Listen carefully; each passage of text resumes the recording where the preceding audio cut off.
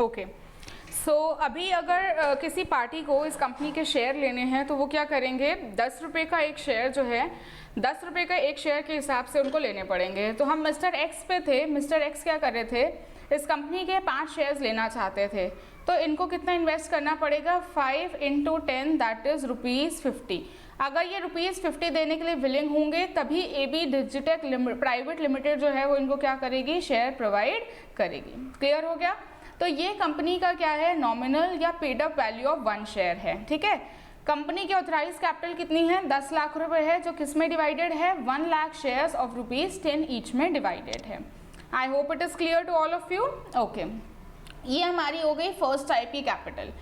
अब होता क्या है, कंपनी जब ऑथराइज कैपिटल सेट कर देती है तो ज़रूरी नहीं कि उतना ही पूरा वो ऑफर करने के लिए तैयार हो। ठीक है, 10 लाख तक टोटल लिमिट है ना। अभी के टाइम पे हो सकता है उस कंपनी को ज़्यादा रिक्वायर्ड ना हो, अभी के टाइम पे उसको अपने बिजनेस में इन्वेस्ट करने के लिए सिर्फ 1 लाख रुपए की रिक्वायरमेंट हो। मतलब 1 लाख रुपए अगर मिल जाए तो इस AB डिजिटेक प्राइवेट लिमिटेड का काम हो जाएगा। तो इन्होंने क्या किया, इन्होंने सोचा हमें 1 लाख रुपए की रिक्वायरमेंट है, तो क्यों ना इस 1 लाख को हम लोग क्या कर दें, 10,000 शेयर्स ऑफ ₹10 ईच में मंगवा लें। ठीक है, कितने रुपए में, 10,000 के 10 रुपए का शेयर। ठीक है, तो टोटल वैल्यू कितना हो जाएगा, 1 लाख रुपए हो जाएगा। तो इसका मतलब कंपनी अभी कितने शेयर्स देने चाहती है, सिर्फ 10,000 शेयर्स ही देना चाहती है। जितने शेयर्स कंपनी देना चाहती है, जितने शेयर्स कंपनी देना चाहती है उसे हम लोग क्या कहते हैं, इश्यूड कैपिटल कहते हैं। किस नाम से जानते हैं उसको हम लोग, इश्यूड कैपिटल। ठीक है, कंपनी की जो टोटल कैपिटल है वो क्या है, ऑथराइज कैपिटल है। जितना कंपनी एक्चुअली उसमें से पब्लिक को देना चाहती है, पब्लिक मतलब अपने क्लोज ग्रुप ऑफ मेंबर्स, क्योंकि हम यहाँ प्राइवेट कंपनी की बात कर रहे हैं, तो क्लोज ग्रुप ऑफ मेंबर्स को कितना ऑफर करना चाहती है वो क्या है, उसकी इशूड कैपिटल है। कितना, 1 लाख रुपए। ठीक है, अब वो 10,000 शेयर्स ऑफ ₹10 ईच देना चाहती है। यहाँ हमारे पास 2 पार्टीज हैं, एक है A और एक है B। Now it is up to A and B to decide कि वो इन शेयर्स को 50% में लेना चाहते हैं। 50% एज इन कि 10,000 में से 5,000 शेयर जो हैं वो A लेंगे और 5,000 शेयर क्या करेंगे, B लेंगे। तो 5,000 × 10, इसका मतलब 1 लाख का 50,000 ये इन्वेस्ट करेंगे और 1 लाख का 50,000 ये इन्वेस्ट करेंगे। ठीक है, it is up to entirely up to the parties. हो सकता है कि ये आगे जाके 60% लेना चाहें और ये सिर्फ 40% लेना चाहें, या हो सकता है कि ये 80 चाहते हैं और ये 30 चाहते हैं, मतलब कुछ भी हो सकता है, एनी रेशो। हम अभी मान के चलते हैं कि ये 50-50 के रेशो पे हैं, मतलब 50,000 पैसा A लगा रहे हैं, 50,000 B लगा रहे हैं। ठीक है, तो ये हमारी कैपिटल सेकेंड टाइप की कौन सी हो गई है, इशूड कैपिटल।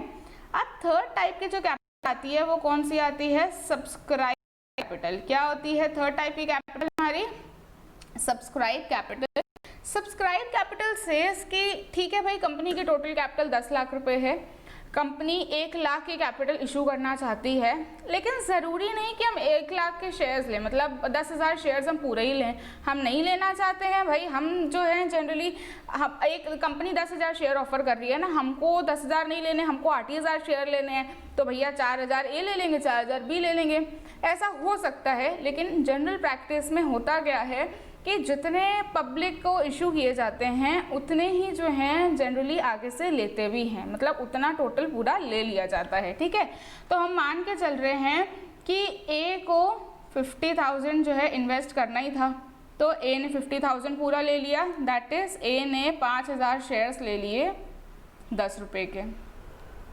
ठीक है, और B ने भी क्या किया, B ने भी 50,000 शेयर्स ले लिए सेम। ठीक है, तो यहाँ पे subscribe capital is the capital which public या पार्टीज या share holders actually want to have, उसको हम लोग यहाँ पे क्या कहते हैं, सब्सक्राइब कैपिटल कहते हैं। Generally I will say again use the word, it will not be all the same.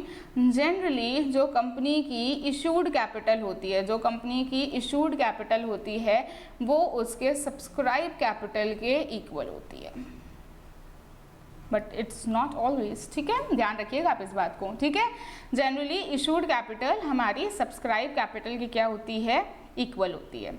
अब हमारी फोर्थ टाइप की जो कैपिटल आती है वो कौन सी कैपिटल है, पेड अप कैपिटल, ठीक है। Paid up capital word is, paid up मतलब क्या होता है, देखिए मैं आपको समझाती हूँ। अभी हमने पढ़ा कि कंपनी का 10 रुपये का एक शेयर है, this is known as the nominal value of the share, nominal value, या अभी हमने ऊपर वर्ड यूज किया था ना, paid up value of one share, paid up value of one share, ठीक है। तो 10 रुपये का एक शेयर था। कई केसेस ऐसे होते हैं कंपनी 10 रुपये एक बारी में मंगवा लेती है, कई बार ऐसा होता है कंपनी एक बारी में 10 रुपये नहीं मंगवाना चाहती है, कभी वो क्या करती है, हो सकता है 5 रुपये वो पहले मंगवा रही है, फिर उसके बाद वो 3 रुपये मंगवा रही है, फिर हो सकता है वो 2 रुपये मंगवा रही हो, ऐसे ब्रेक कर करके वो उनसे पैसा मंगवा रही हो, ठीक है। तो इस केस में यहाँ पर फॉर एग्जाम्पल पार्टीज ने 5 रुपये पहले दे दिए, ए का एग्जाम्पल ले रहे हैं और बी का एग्जाम्पल ले रहे हैं, 5000 शेयर्स थे, तो 5000 इंटू 5 उन्होंने दिए, मतलब 25,000 रुपये इसने दे दिए, और 5000 इंटू 5 25,000 इन्होंने दिए। तो यहाँ पर टोटल वैल्यू कितनी हो गई, 50,000 रुपीज़ हो गई। क्लियर हो गई ये चीज़, पक्का समझ आ गया। अब हो सकता है ये कंपनी ने क्या कर दिया, जैसे आज हम कंपनी ऑपरेट कर रहे हैं, आज डेट क्या है हमारी 12 जुलाई 2020, ठीक है। अब हो सकता है आगे जाके कंपनी को 30 अक्टूबर 2020 को पैसे की और ज़रूरत पड़ जाए, ठीक है। तो अब ए से उसने कहा कि देखो तुम्हारे 5000 के शेयर थे, 3 रुपये तुम दे दो, मतलब 15,000 रुपये तुम दे दो, और बी क्या करो 15,000 तुम दे दो, 5000 इंटू 3 15,000 इससे ले लिए, टोटल कितने हो गए हमारे पास 30,000 हो गए, ठीक है, क्लियर। अब हो सकता है आगे जाके कंपनी को 31 दिसंबर को फिर से पैसे की जरूरत पड़ जाए, बचेगी 2 रुपये पर शेयर बचा हुआ अभी भी, 5000 इंटू 2, ठीक है, 10,000 हमने इससे मंगवा लिए, और 5000 इंटू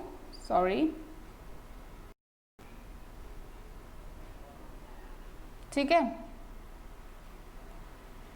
5000 इंटू 2 दैट इज 10,000 हमने इनसे मंगवा लिए, टोटल हो गए मेरे पास 20,000, ठीक है। देखो 3 स्टेजेस में पैसे मंगवाए गए, एक ये, ठीक है, एंड एक ये, ठीक है। टोटल पास कितने हो गए अभी 50,000 प्लस 30,000 प्लस 30,000, टोटल मेरे पास वैल्यू कितनी हो गई 1 लाख रुपए, हो गई कंप्लीट, ठीक है। तो ये 1 लाख रुपए उन्होंने एक बारी में ना मंगवा के डिफरेंट कोर्स ऑफ टाइम पे मंगवाए, ठीक है। अभी आप अकाउंट्स में इस चीज़ को जो है पढ़ चुके होंगे कि जब डिफरेंट स्टेजेस पे कंपनी पैसे मंगवाती है तो उसको हम लोग क्या कहते हैं, कॉल्स बोलते हैं, क्या बोलते हैं, कॉल्स। जो फर्स्ट टाइम कंपनी पैसा मंगवाती है उसको हम लोग क्या कहते हैं, एप्लीकेशन मनी कहते हैं, फिर अलॉट मनी कहते हैं, फिर उसको हम लोग क्या कहते हैं, सिंस यहाँ पे सिर्फ है तो ये हमारी फाइनल कॉल है, अगर इसके अलावा भी कुछ होती तो ये फर्स्ट कॉल होती और उसके नेक्स्ट वाली फाइनल कॉल होती। तो इस तरीके से कंपनी ने क्या किया, पैसे मंगाए, ठीक है।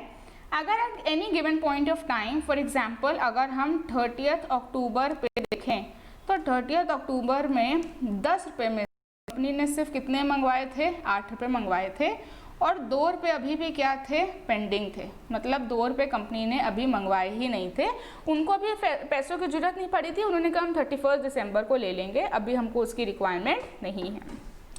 तो जब हम इस अपने पेड अप वैल्यू में से, अपनी नॉमिनल वैल्यू में से जो कंपनी की पर शेयर है, कुछ पैसा मंगवा लेते हैं, कुछ हम लोग लेटर डेट के लिए रख लेते हैं कि अभी हमको रिक्वायरमेंट नहीं है, हम बाद में उसको ले लेंगे, तो इस केस में कंपनी की जो पेड अप कैपिटल है, कंपनी की जो पेड अप कैपिटल है, ठीक है, वो क्या हो जाएगी, ठीक, पेड अप कैपिटल अभी तक कितनी है उसकी 80,000 रुपीज़, ठीक है, पेड अप कैपिटल कितनी है 80,000 रुपीज़, पेड अप कैपिटल यहाँ पर है उसकी 80,000 रुपीज़, ओके। अब आते हैं हम लोग अपने टॉपिक पे। नेक्स्ट जो हमारी कैपिटल आती है, लास्ट टाइप ऑफ कैपिटल, वो क्या है हमारी, called up capital. Very important, ध्यान से समझिएगा इसे। Called up capital, called up capital says company ने 5 रुपये मंगवाए, 3 रुपये मंगवाए और 2 रुपये उससे मंगवाना है। मतलब कंपनी अभी तक कितने मंगवा चुकी है, इसमें से 8 रुपये मंगवा चुकी है। कभी कभी ऐसा क्या होता है कि शेयर होल्डर कंपनी मंगवा तो लेती है, लेकिन share holder is incapable of paying the amount at that particular point of time. तो कंपनी ने क्या किया है, कॉल तो कर लिया है, कंपनी ने क्या कर लिया है, कॉल तो कर लिया। कॉल कंपनी ने कितना कर लिया, 8 रुपये कर लिया, लेकिन हो सकता है कि शेयर होल्डर ने अभी सिर्फ 5 रुपये की वैल्यू पे करी हो और 3 वाली अभी ना पे करी हो। तो इस केस में कंपनी की जो कॉल्ड अप कैपिटल है वो तो मेरी 80,000 हो गई, लेकिन मेरी पेड अप कैपिटल कितनी है, अभी भी 50,000 रुपये। बात समझ आई? तो कॉल्ड अप कैपिटल इज कितना कंपनी ने इनवाइट कर लिया है, whereas paid up capital is company को एक्चुअली कितना शेयर होल्डर से मिला है। ठीक है, क्लियर हो गई चीज़? तो हमने यहाँ 5 तरीके की कैपिटल्स डिस्कस करी हैं, बहुत अच्छे से डिस्कस करी हैं कि सबसे पहली कैपिटल है हमारी वो कौन सी, हमारी ऑथराइज कैपिटल। सबसे पहली कैपिटल हमारी कौन सी है, ऑथराइज कैपिटल है। This is the maximum capital of the company, जिसके बियॉन्ड कंपनी शेयर इशू नहीं कर सकती है। This is known as the authorise capital of the company, जिसके बियॉन्ड कंपनी शेयर इशू नहीं कर सकती है। अगर किसी भी पॉइंट ऑफ टाइम पे कंपनी को इसके बाहर जाना है या कंपनी को इससे एक्सेस शेयर्स चाहिए हैं या वो चाहती है कि हाँ मैं अपनी कैपिटल बढ़ाना चाहती हूँ, तो इस केस में कंपनी को क्या करना पड़ेगा, अपनी ऑथराइज कैपिटल इंप्रूव करनी पड़ेगी, इंक्रीज करनी पड़ेगी, तभी वो फर्दर शेयर्स जो है वो ऑफर कर पाएगी, एल्स वाइज वो फर्दर शेयर्स ऑफर नहीं कर पाएगी। ठीक है, this is the authorise capital. Then हमने इशूड कैपिटल समझ लिया, इशूड कैपिटल कितना कंपनी मार्केट में इशू करना चाहती है। ठीक है, देन हमने सब्सक्राइब कैपिटल के बारे में पढ़ा, पब्लिक एक्चुअली लेना चाहती है। ठीक है, देन हमने पेड अप कैपिटल के बारे में पढ़ा। पेड अप मतलब कि कंपनी हो सकता है एक बारी में पूरा पैसा ना मंगवाए, हो सकता है वो डिफरेंट स्लॉट्स में जो है आपके अमाउंट को मंगवाए। ठीक है, तो इस केस में कॉल्ड अप जो है हो सकता है कि वो ज़्यादा हो चुकी हो। कॉल्ड अप हमने अभी पढ़ा ना कि कंपनी 8 रुपये पर शेयर मंगवा चुकी है, लेकिन शेयर होल्डर ने अभी सिर्फ 5 रुपये पर शेयर दिया है, अभी 3 और 2 नहीं दिया है। ठीक है, 2 तो खैर मंगवाया ही नहीं गया है, 3 ही मंगवाया गया था अभी, उसमें से भी पब्लिक ने सिर्फ 5 ही दिया है। तो यहाँ पे कॉल्ड अप कैपिटल ज़्यादा है, पेड अप क्या हो गई, कम। जनरल केसेस से कॉल्ड अप कैपिटल और पेड अप कैपिटल जो हैं वो क्या होती हैं, इक्वल होती हैं। बट ठीक है, इस केस में जहाँ शेयर होल्डर देने से मना कर देता है या शेयर होल्डर पास अभी फंड्स नहीं होते हैं देने में, उस केस में called up capital is greater than paid up capital. Okay, तो ये 5 तरीके की कैपिटल आई होप सो सबको अच्छे से समझ आ गई होंगी। ठीक है, तो अब हम वापस आते हैं AB डिजिटेक पे। AB डिजिटेक का फिर से एक रिविजन लेते हैं। हमने उसका टाइप पता कर लिया है, हमने उसका नेम पता कर लिया है। अभी हम सिर्फ डिटेल्स इकट्ठी कर रहे हैं, हम अभी पहुँचे नहीं हैं आगे, अभी हम सिर्फ क्या कर रहे हैं, डिटेल्स इकट्ठी कर रहे हैं। तो हमने टाइप पता कर लिया है, हमने नेम पता कर लिया है, हमने उसका ऑब्जेक्ट पता कर लिया है, हमने उसकी कैपिटल पता कर ली है। अब हम क्या पता कर रहे हैं, very important, place of registered office, place of registered office. Company किसी ना किसी जगह पे तो एग्जिस्ट कर रही होगी, ऐसा तो है नहीं कि भाई वो हवा में चल रही होगी। There shall be some place जहाँ पे कंपनी क्या कर रही होगी, एग्जिस्ट कर रही होगी। तो हम यहाँ पर मान के चलते हैं कि मेरी कंपनी जो है वो कहाँ पे, किसी एक पर्टिकुलर जगह पे एग्जिस्ट कर रही होगी। जिस जगह पर कंपनी अपना बिजनेस चालू करती है या जिस जगह पे कंपनी सोचती है कि मेरा ऑफिस यहाँ इस प्लेस पे होना चाहिए, या कोई भी ऐसी जगह जो कंपनी अज्यूम करके चलती है कि हाँ इसी जगह पे ही एग्जिस्ट होना चाहिए, उसे उस कंपनी का हम क्या कहते हैं, रजिस्टर्ड ऑफिस कहते हैं। क्या कहते हैं, रजिस्टर्ड ऑफिस कहते हैं, या इसको हम लोग प्लेस ऑफ बिजनेस भी कहते हैं। यहीं कंपनी के सारे रिकॉर्ड्स रखे जाते हैं, यहीं कंपनी की सारी वर्किंग्स होती हैं। इसके अलावा कंपनी कहीं और एग्जिस्ट नहीं कर सकती है। It is very crucial and very important because a company shall definitely have its place of business. Without the place of business या सिर्फ पेपर पे कंपनी एग्जिस्ट होनी नहीं चाहिए, ठीक है। इसके लिए हमारे लॉ ने डिफरेंट फॉर्म्स निकाले थे जिससे ये पता चल सके कि वो कंपनी जो है वो एक्चुअली एग्जिस्टेंस में है एंड ऐसा नहीं कि कंपनी जो है वो सिर्फ और सिर्फ पेपर या रिकॉर्ड्स में ही चल रही है, ठीक है। क्लियर है। एक एक्टिव फॉर्म आया था, आपको पढ़ाने से पहले एक एक्टिव फॉर्म आया था जिसमें कंपनी का रजिस्टर्ड ऑफिस एड्रेस की हमें पिक्चर्स क्लिक करके, जो उनका कंपाउंड है, जो आउटसाइड एरिया है, उनकी पिक्चर्स क्लिक करके हमें उस फॉर्म में अटैच करनी थी जिससे हम ये प्रूव कर सकें कि हाँ वो कंपनी एक्चुअली एग्जिस्टेंस में है and it is not just in the books और इन द पेपर और on the papers, it is actually existing at that particular place. So the place of registered office is very important, ठीक है। And sixth चीज़ जो है वो क्या आती है, सब्सक्राइबर्स आती है। क्या आती है, सब्सक्राइबर्स, ठीक है।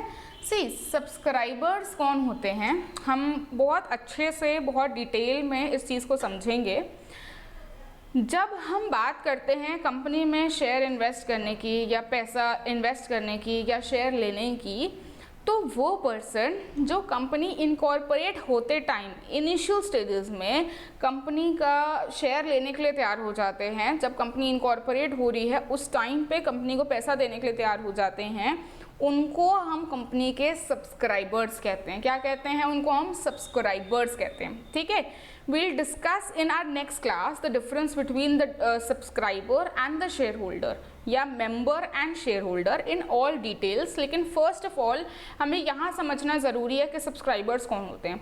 तो जब कंपनी बन रही होती है at the time of incorporation of the company, जो लोग अग्री करते हैं कंपनी का शेयर लेने के लिए या जो इनिशियल स्टेजेस में कंपनी में पैसा इन्वेस्ट करते हैं या जिनके इन्वेस्ट करने की वजह से मेरी कंपनी जो है वो आगे रनिंग में जाती है या जो इनिशियल कैपिटल लगाते हैं कंपनी में, उनको हम क्या कहते हैं, यहाँ पे सब्सक्राइबर्स कहते हैं।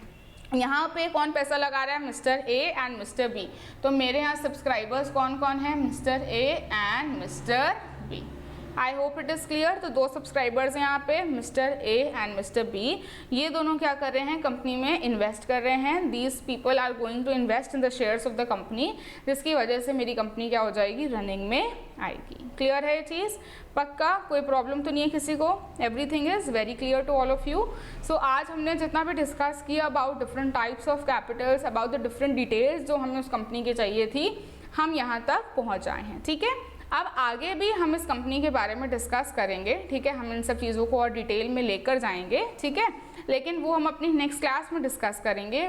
For difference between share holder, subscriber, what is member, what are the different documents that are made for incorporating the company, उन सब चीज़ों के बारे में हम आगे पढ़ेंगे।